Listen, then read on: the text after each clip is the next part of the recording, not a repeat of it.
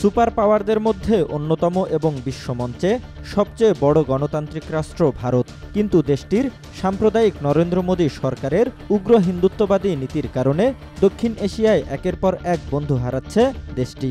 শত্রুতে পরিণত হচ্ছে প্রতিবেশী দেশগুলো। প্রতিবেশী প্রথম নীতি অবলম্বন করলেও একটি প্রতিবেশী দেশের সঙ্গেও ভালো সম্পর্ক নেই ভারতের। পাকিস্তানের সঙ্গে ভারতের সম্পর্ক চিরবৈরী। 2019 সালের 14 ফেব্রুয়ারি তখনকার জম্মু ও কাশ্মীরের পুলওয়ামায় সন্ত্রাসী হামলার পর সেই শত্রুতা ভয়াবহ রূপ নেয়।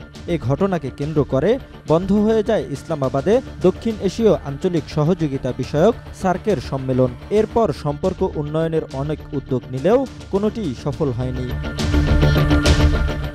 ভারত তার চারপাশে যেসব প্রতিবেশী আছে তাদের সঙ্গে ক্রমশ সম্পর্ক হারাচ্ছে।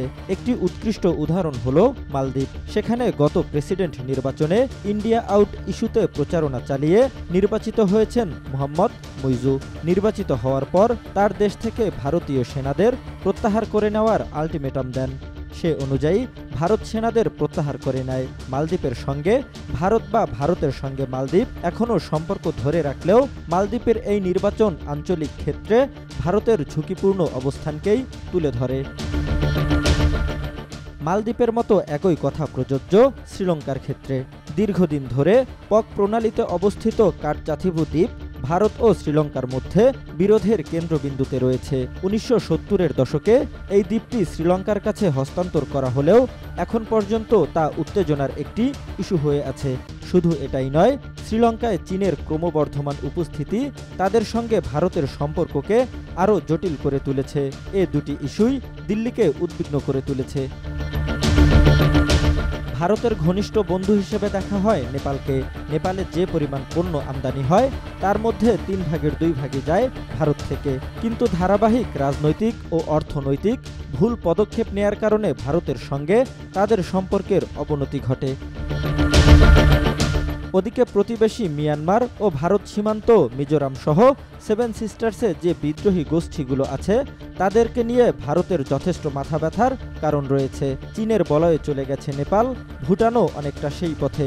পাকিস্তান, আফগানিস্তানের সঙ্গে ভারতের সম্পর্ক ভালো নয়। এমন প্রেক্ষাপটে বাংলাদেশের সঙ্গে ভারতের সাম্প্রতিক উত্তেজনা চরম আকার ধারণ করেছে।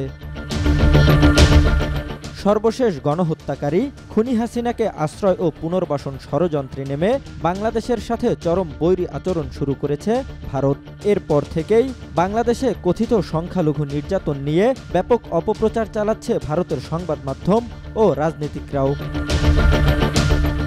এ নিয়ে ঘরে বাইরে ব্যাপক সমালোচনার মুখে পড়েছে মোদী সরকার। সচেতন ভারতীয়দের মধ্যেও এ নিয়ে ব্যাপক ক্ষোভ দেখা দিয়েছে। পর্যবেক্ষকরা বলছেন, পৃথিবীতে একমাত্র রাষ্ট্র ভারত, যার কোনো একটি প্রতিবেশী দেশের সাথেও ভালো সম্পর্ক নেই। দাদাগিরি, অসম্মান ও প্রতিবেশী রাষ্ট্রের অভ্যন্তরীণ বিষয়ে নগ্ন হস্তক্ষেপের মধ্য দিয়ে একে একে সকল প্রতিবেশীকে খেপিয়ে তুলছে দেশটি। ফলে সবাই মুখ ফিরিয়ে নিয়েছে ভারত থেকে। জহিরুল ইসলাম, আজ কাল।